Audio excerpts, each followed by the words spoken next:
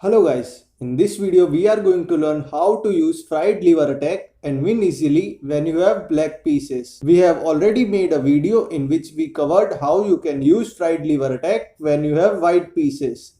So if you have not watched that video till now, then first of all watch that video. Whose link is also available in the description box. Now without wasting the time, let's start the video. So first of all, let's flip the board. As we all know, the fried liver attack is a variation of two-knight defense, which can only possible after the move e4, e5, knight to f3, knight to c6, bishop to c4 and knight to f6. Then white will play knight to g5, attacking the f7 square with his two pieces. Now black can play many moves here, like developing his bishop or queen or any other piece. So we are going to see all the different scenarios. Let's start with the first one where black play bishop to c5. White will play knight to f7 attacking queen and the rook at the same time. Now instead of saving the queen, black should play bishop to f2 and check to king.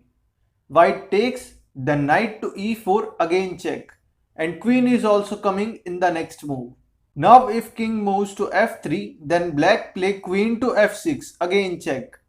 Then white takes the free knight. Black play queen to f4 and again check. White moves kings to d3. Now black play a brilliant move which is pawn to d5.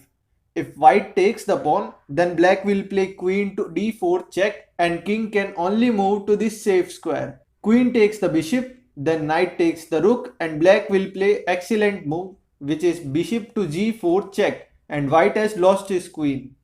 So let's see from here again. After knight to g5. Black can also play pawn to d5 blocking the attack. White will definitely take with his pawn. Now black can save his knight or he can play a trappiest move which is pawn to b5. Now white have many options here. If white takes the pawn, then queen takes and black is attacking the bishop and this line. If white takes the knight, then queen will recapture it. And if white moves his bishop back, then black can develop his bishop. And after that king can also castle, and you can see that black has a great control in the center area of the board. So from here again, if white takes the knight, then he will lose his bishop. After that black can develop his both bishop and queen is also ready to attack. So still you can see that black is in the better position.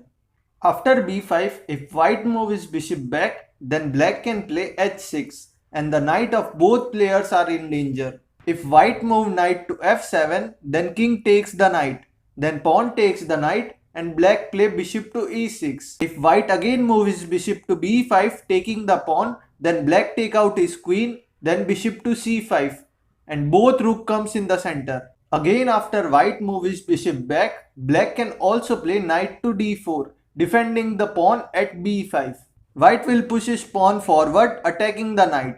Now instead of saving this knight, black should take the pawn at d5, which also open this diagonal line for queen to attack this white knight. Now pawn takes the d4, then queen takes knight, pawn takes e5, then queen recapture and check to king. So again from here black is also attacking this pawn at g2.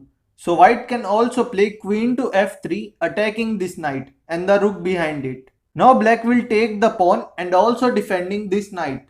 White can play bishop to c6 attacking this knight with two pieces and also this rook. Black will play a brilliant move knight to f4. White will definitely take this rook. Now black play bishop to g4 attacking the queen. If white move his queen to e4, then black will play bishop to d6 which again a brilliant move defending the knight and also clearing the way of his rook to move. White knows that if he did not move his queen, then black will move his rook to e8 and white will lose his queen. So he will play bishop to c6 preventing black to move his rook to this square. Now black will play pawn to f5 attacking the queen. Now where this white queen will go? If queen takes this pawn, then black will play an excellent move which is rook to e8 and check to king. Now if white takes the rook, then queen to e7 again check. Now if white king will move to any of the safe square, then it will be a checkmate. and white will lose the game. So he has to block this attack with his queen. Now knight moves to g2, check to king, and white has lost his queen. So from here again, white can take this pawn with his bishop, check to king, and also preparing for castle. King moves, then white castle. Still black can set up many traps for white, like bishop to b7, increasing the pressure on this g2 square. Now if white play any move like pawn to d3, discovered attack on queen, then black play knight to f4.